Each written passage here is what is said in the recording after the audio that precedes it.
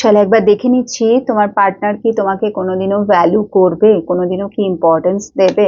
যদি সবসময় সে তোমাকে অ্যাভয়েড করে, তোমাকে পাত্তাই দেয় না, গুরুত্ব দেয় না, স্পেশালি যারা তোমরা ম্যারিড পিপল, ঠিক আছে, তোমার হাজবেন্ড বা ওয়াইফ যদি ভীষণ তোমাকে হেয় করে, তুমি একটা হীনমন্যতায় ভুগছো, তোমার মনে হচ্ছে তোমার মধ্যেই দোষ আছে, কিছু দোষ আছে, সেই জন্য তুমি তার ভালোবাসা পাচ্ছ না বা সে তোমাকে পছন্দ করছে না, আম, বা যদি তার ব্যবহারে তোমার খুব খারাপ লাগছে, প্রতিদিন যদি একই জিনিস চলছে, সো চলো দেখে নিচ্ছি সে কবে তোমাকে ইম্পর্টেন্স দেবে। ঠিক আছে, page of fans, king of fans,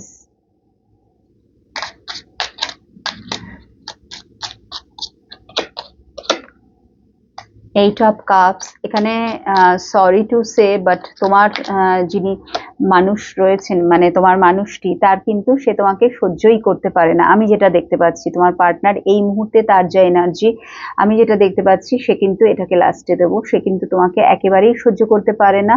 তার মন, তার কারণটাই হচ্ছে যে তার মনে হয় তার জীবনে আরো বেটার অপশন তার জন্য ওয়েট করে আছে, বা সে অন্য অন্য কোনো বেটার অপশন ডিজার্ভ করে। ঠিক আছে, মনটা কিন্তু সব সময় তার বাইরের দিকে, সে রয়েছে তোমার সাথে, রিলেশনশিপেই তোমরা আছো, বাট মনটা উড়ু উড়ু মন সব সময় বাইরে, মানে বাইরের দেখলে, মানে ঘরের খাবার পছন্দ হচ্ছে না, বাইরে যা কিছু আছে সব খুব সুন্দর, সব ভীষণ লোভনীয়, মানে ওটা পেলে হয়তো আমার ভালো হতো, আমার লাইফটা শুধরে যেত, বা আমি আরো ভালো থাকতাম, এটাই কিন্তু তোমার পার্টনার প্রতি মুহূর্তে মনে করে।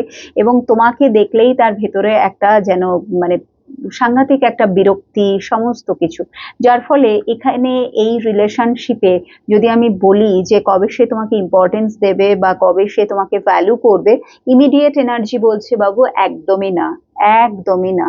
তুমি কিন্তু সব সময় ডিজার্টেড ফিল করবে, তোমার প্রচন্ড খারাপ লাগবে, বিকজ এখানে ইমোশন নিয়ে কোথাও না কোথাও একটা খেলা চলছে, সেটাকে একটু বোঝার চেষ্টা করো। হুম।